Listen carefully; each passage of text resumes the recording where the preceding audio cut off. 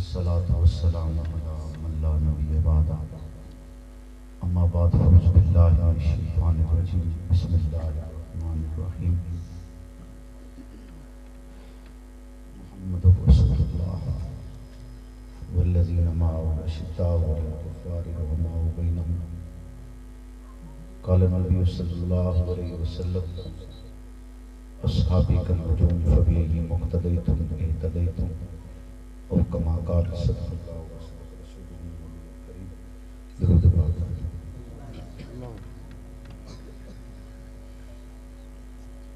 اللہم صلی علی محمد معدن الجود والکرم منبع العلم والحکم وعلیہ وسلم محمد سے پیار کرتے ہیں تیرا احسان ہے مولا ہماری بخشش کا بس یہی سامان ہے مولا در شاہ مدینہ چھوڑ دیں جنت کے بدلے یہ سودا ہم نہیں کرتے ہمیں نقصان ہے مولا تیرے باغی تیرے شاطن بشر اچھے نہیں لگتے تیرا سایہ نہ ہو جن پر وہ سر اچھے نہیں لگتے تیرے اصحاب سے مجھ کو محبت کیوں نہ ہو آقا کسے اونچے گھنے ٹھنڈے شجر اچھے نہیں لگتے میرے واجب الاحترام دوستوں بزرگوں محترم لیاقت صاحب کی خصوص دعوت پر آج کے اس پروگرام میں حاضری کا شرف حاصل ہوا یقیناً یہ ایک خوبصورت محفل ہے کہ جہاں حضرت محمد رسول اللہ صلی اللہ علیہ وسلم کی مبارک سنت زندہ کیا جائے گا وہیں ساتھ ساتھ بجائے اس کے کہ کوئی دیگر مختلف پروگرامات جو شادی پر کیے جاتے ہیں میں نام نہیں لیتا ان پروگرامات کو منعقد کیا جاتا وہاں پر ایک دینی پروگرام منعقد کیا گیا اللہ رب العزت سے دعا ہے کہ وہ اس کی برکت سے ان دونوں کے درمیان محبت اور موت کو پیدا فرمائے انہیں نیک صالح اولاد عطا فرمائے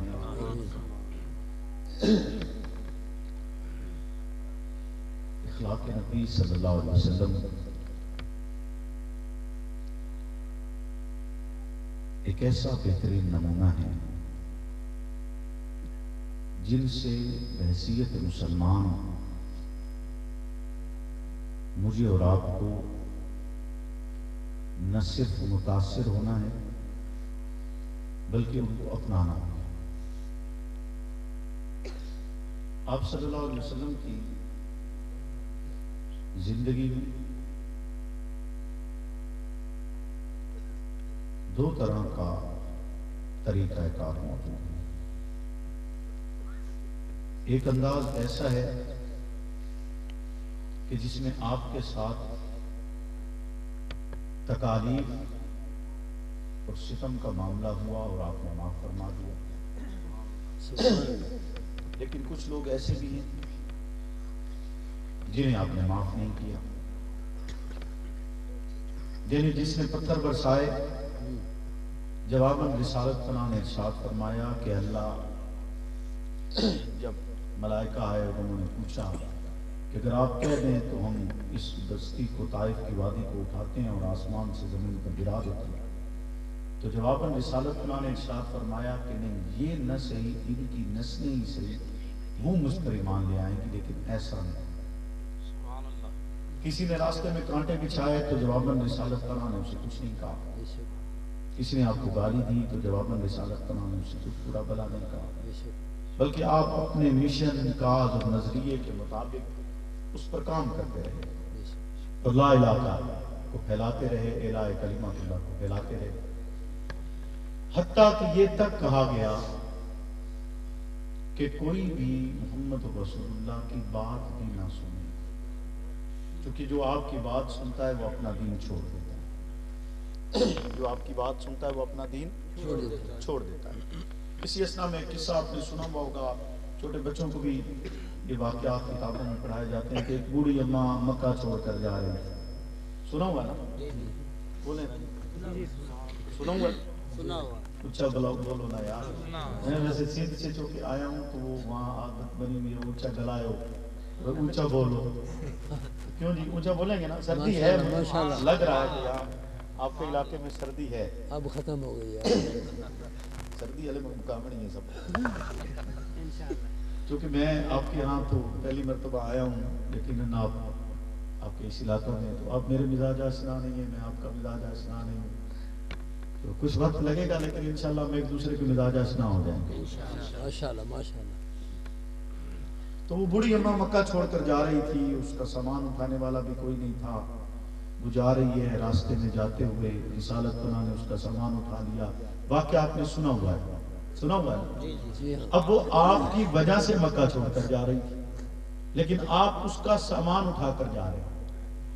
مکہ سے باہر پہنچے وہ پوچھتی ہے کہ آپ کون ہیں؟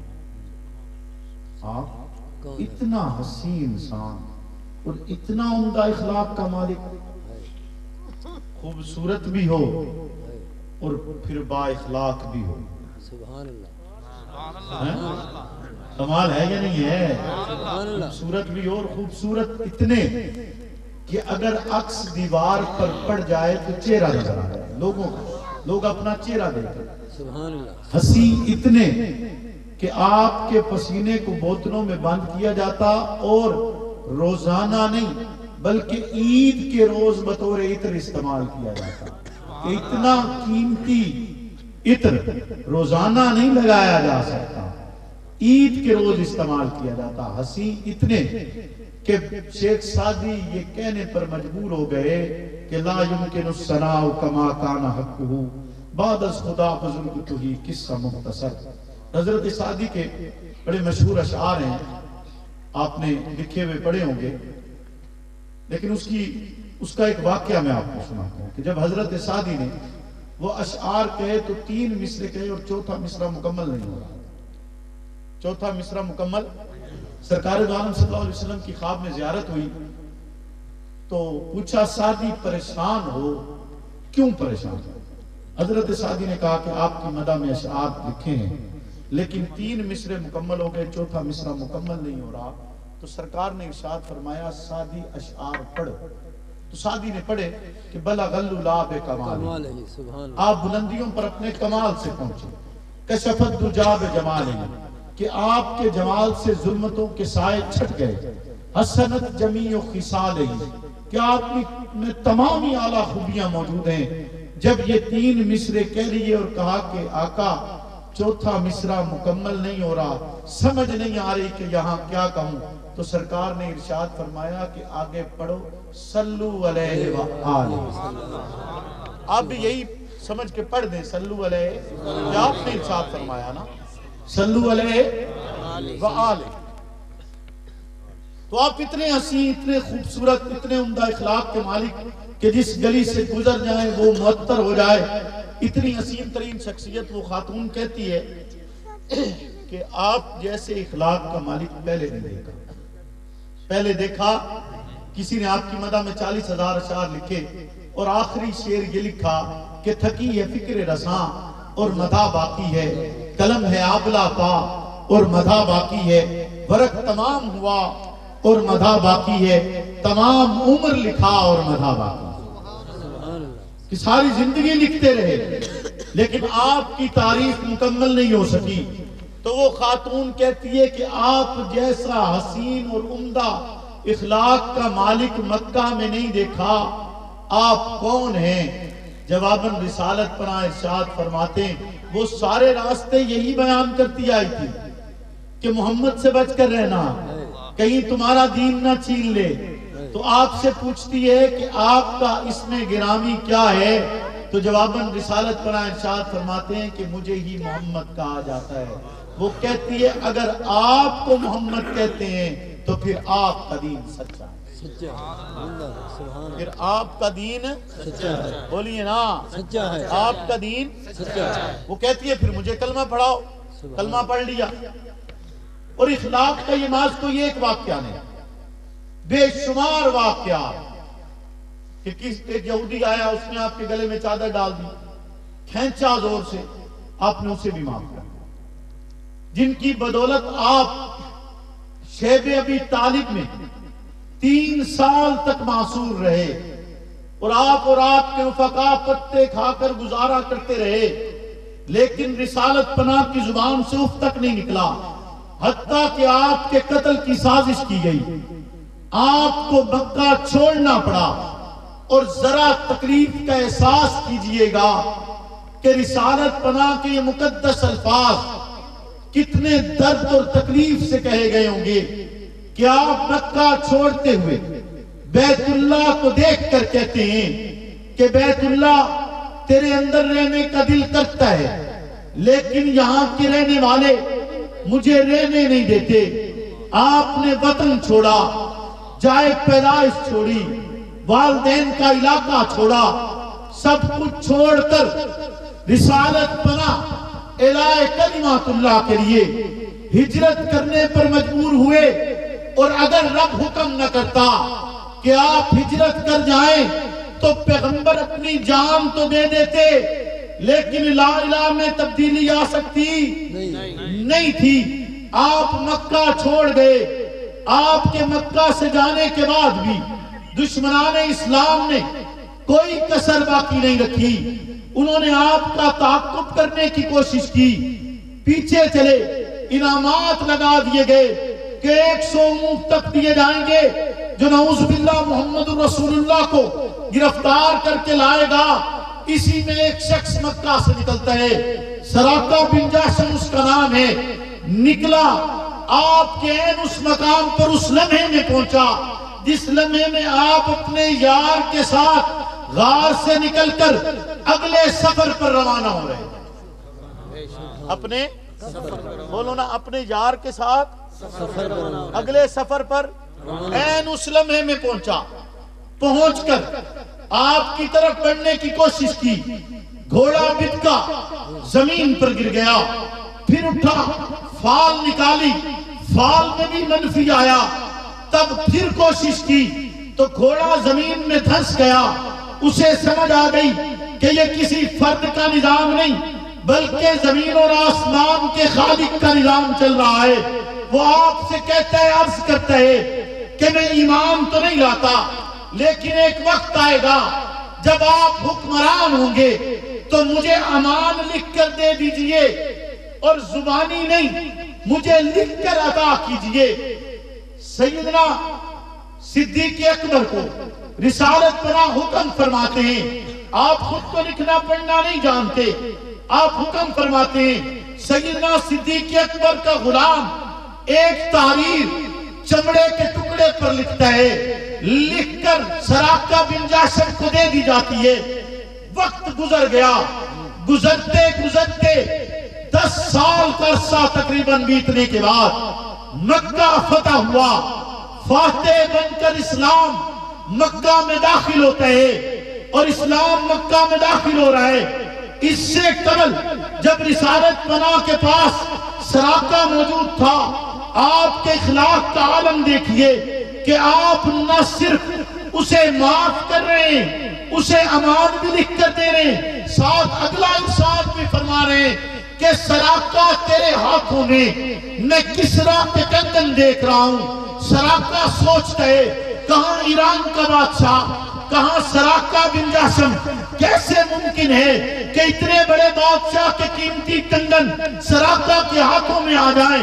وہ یہ سمجھتے ہیں کہ آپ نے دلجوئی فرمائی ہوگی، لیکن وقت گزرا، مکہ فتح ہوتا ہے، سراقہ بن جاشم چمڑے کا ٹکڑا اٹھا کر اسلامی لشکر کے سامنے آتے، اصحاب رسول مکہ میں داخل ہو رہے ہیں۔ سراقہ امام کا وہ چمڑے کا ٹکڑا لے کر سامنے نکل کر کہتے ہیں کہ مجھے محمد رسول اللہ کی طرف سے امان دی گئی تھی، یہ 10,000 کا تقریباً لشکر جو اسلامی لشکر مکہ میں داخل ہو رہا تھا، اس کے سامنے آ کر وہ چمڑے کا ٹکڑا پیش کرتا ہے۔ کیا صحابہ نہیں جانتے کہ محمد رسول اللہ لکھنا پڑھنا نہیں جانتے؟ انہیں تو پتہ ہے کہ آپ لکھنا پڑھنا نہیں جانتے ہیں۔ پھر کیا وجہ تھی کہ وہ چمڑے کا ٹکڑا اٹھا کر جب دیکھا گیا تو کسی نے سراقہ سے سوال نہیں کیا، اسے امان دے دی۔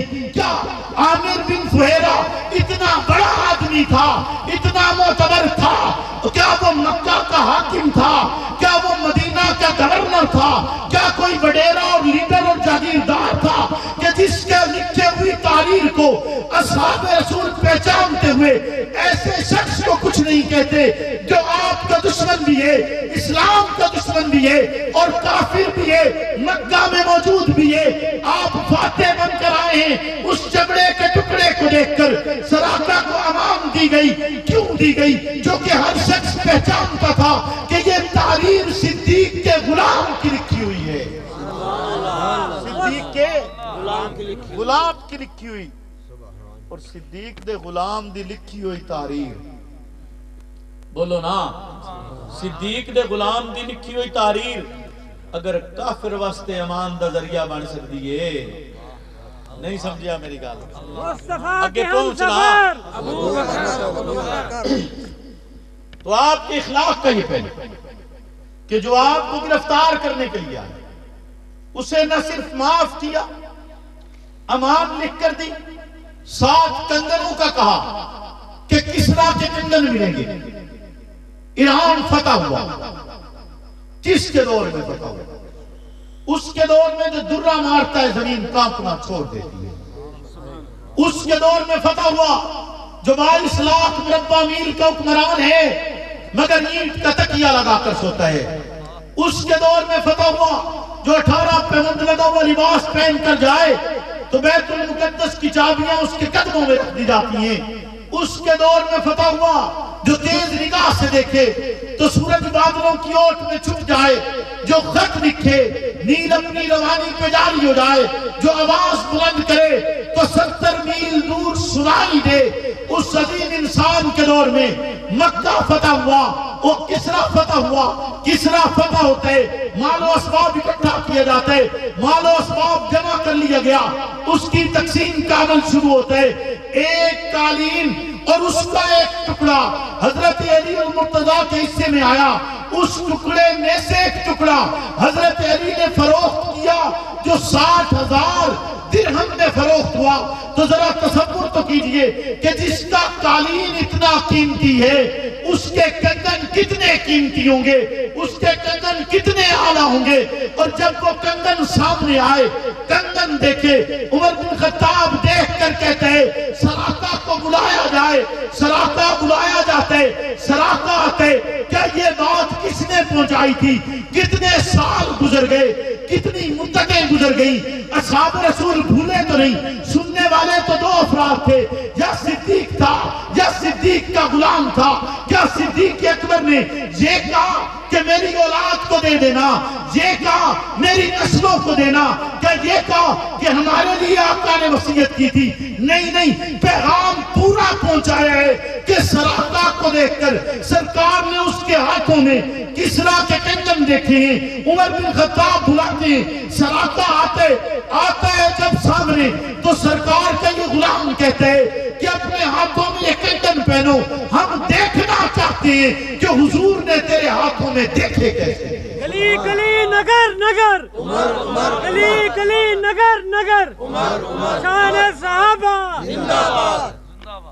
سرکار نے تیرے ہاتھوں میں، اچھا بولو نا، دیکھے کیسے تھے؟ وہ کنگن ہاتھوں میں دیکھے، وہ کنگن سراقہ کے ہاتھوں میں پہنا دیے گئے۔ ایک طرف آپ کے اخلاق کا یہ عالم ہے،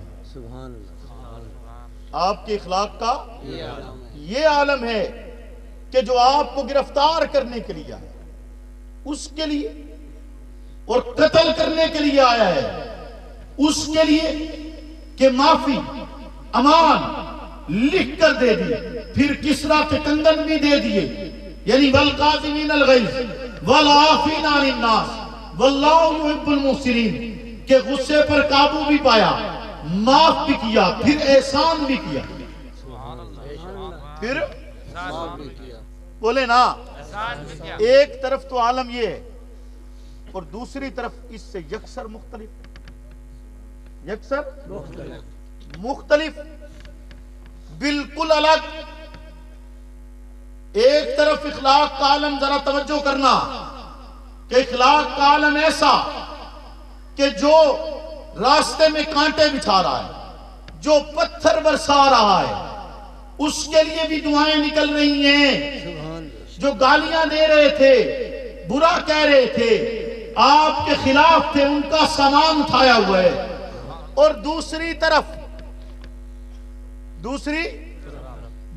طرف یکسر مختلف، یکسر بولو نا، یکسر مختلف.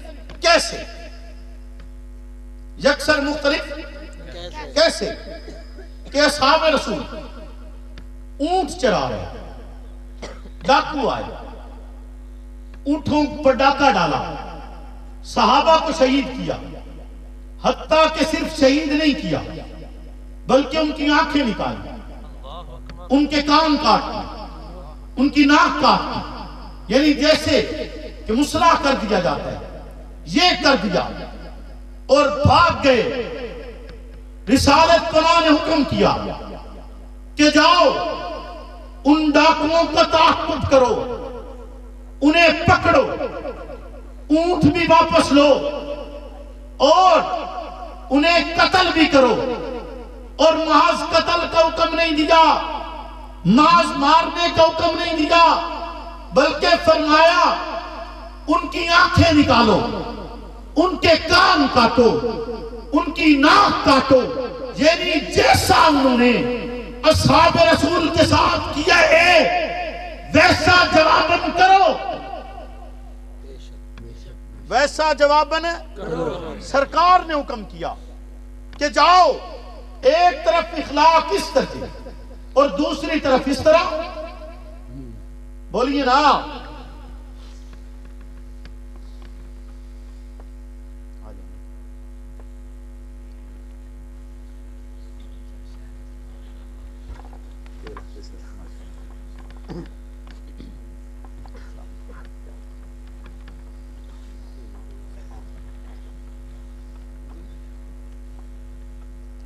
توجہ ہے صحیح، میں گل مکیندا پیا. کیوں جی؟ شروع کرو جی.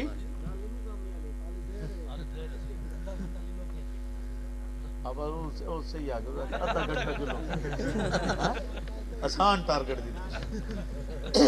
توجہ ہے صحیح، کیا آدھا پیا؟ بولو نا. ایک طرف اخلاق ایسا کہ جس کی مثال نہیں ملتی، اور ایک طرف ایسا کہ اس سے یکسر مختلف. ایک طرف عام معافی، بولے نا عام معافی، اور دوسری طرف حکم کر رہے ہیں کہ مصلح کر دو، شکلیں بھی بگاڑ دو، شکلیں بھی. گل عدلے دے بدلے دی نہیں، تو سمجھے ہی نہیں میری گل. عدلہ اور بدلہ نہیں ہے، یہ محض عدلے اور بدلے کی بات نہیں ہے. ذرا توجہ کر، اگلی بات کی طرف جاتا ہوں کہ رب حکم کرتا ہے، رب کہتا ہے تحقیق میں راضی ہو گیا. لقد رضی اللہ عن المؤمنین اذ یبایعونک تحت الشجرہ. ان سے راضی ہوا جنہوں نے آپ کے ہاتھ پر موت کی بیعت کی ہے. موت کی بیعت کی ضرورت کیوں پیش آئی تھی؟ آپ عمرہ کی نیت سے گئے، مکہ والوں نے کہا عمرہ نہیں کر سکتے، واپس چلے جائیے. آپ نے اپنا سفیر بھیجا، آپ کا سفیر گئے، مکہ میں گیا، اطلاع یہ آئی کہ آپ کے سفیر کو شہید کر دیا گیا ہے. رسالت پناہ کے پاس جب یہ اطلاع آئی کہ آپ کا سفیر شہید ہو گیا، ابھی سفیر شہید نہیں کیا گیا اور شہید ہوا بھی نہیں تھا، لیکن رب نے وحی بھی نہیں اتاری، رسالت پناہ نے وحی کا انتظار بھی نہیں فرمایا. آپ نے صحابہ کو جمع کیا، کہا آؤ میرے ہاتھ پر موت کی بیعت کرو، اور پھر موت کی بیعت کرتے ہوئے ان سے حلف لیتے ہوئے ناز اتنا نہیں کیا کہ ان 1400 نفوس سے کہا میرے ہاتھ پر صرف تم موت کی بیعت کرو، بلکہ آپ نے اپنا ہاتھ بھی رکھا ہے اور خود بھی قربان ہونے کے لیے تیار ہو گئے. اور ارشاد فرمایا کہ آج یہاں سے میں اور تم اس دنیا سے تو جا سکتے ہیں لیکن عثمان کا بدلہ لیے بغیر مدینہ واپس نہیں جائیں گے. ابو بکر قربان کیا جا سکتا ہے, عمر قربان کیا جا سکتا ہے, علی قربان کیا جا سکتا ہے, طلحہ زبیر قربان کیے جا سکتے ہیں, لیکن محمد کے سفیر کا بدلہ لیے بغیر یہاں سے واپسی ممکن نہیں ہے. حتیٰ کہ رسالت بنا اپنی جان تک مارنے کے لیے تیار ہو گئے. آپ نے کہا میں اپنی قربانی بھی دوں گا لیکن اپنے سفیر کا بدلہ لیے بغیر واپس نہیں پلٹوں گا. رب حکم کرتے, رب نے کہیں پہلے نہیں اتاری, پہلے نہیں حکم فرمایا کہ اللہ کے پیغمبر اتنا بڑا غلط مت لیجئے. اللہ کے پیغمبر یہ عمرہ کی نیت سے آئے تھے, عبادت کی نیت سے آئے تھے, ریاست کی نیت سے آئے تھے, رب کا نام لینے کے لیے آئے تھے, طواف بیت اللہ کے لیے آئے تھے. ان کی غرض مختلف ہے, یہ جنگ کرنے کے لیے نہیں آئے, مبادہ بدل نہ جائے, مبادہ ارادہ تبدیل نہ ہو جائے, مبادہ ساتھ نہ چھوڑ دیں. نہیں نہیں, رب کو پتہ ہے کہ یہ چنے ہوئے ہیں, رب کو پتہ ہے یہ منتخب ہیں, رب جانتا ہے. امت کو بتلانا مقصود تھا کہ امت سنے یہ وہ افراد ہیں جو محمد کا دامن کسی حال میں نہیں چھوڑتے. وہ عبادت کی نیت سے آئے, سوال حرب پاس نہیں تھا, تب بھی کہا ہم اپنی جان دیں گے لیکن آپ کا ساتھ نہیں چھوڑا جا سکتے. رسالت بنا 1400 مقدس نفوس کو اور خود اپنی ذات کو ایک ساتھ یہ رسول کے بدلے کے لیے قربان کرنے کے لیے تیار ہو گئے. رب نے حکم کر دیا, قربانی کی ضرورت پیش نہیں آئی لیکن رب نے حکم کر دیا لقد رضی اللہ, کہ جو صحابہ کا بدلہ لیتے ہیں, صحابہ کے لیے آواز بلند کرتے ہیں, رب اس کے لیے کہتا ہے لقد رضی اللہ. نعرہ تکبیر, شان ذی النورین, شان ذی النورین, شان صحابہ. گل سمجھو کہ نہیں سمجھے؟ بولو نا, یہ عدلے دا بدلہ ہے.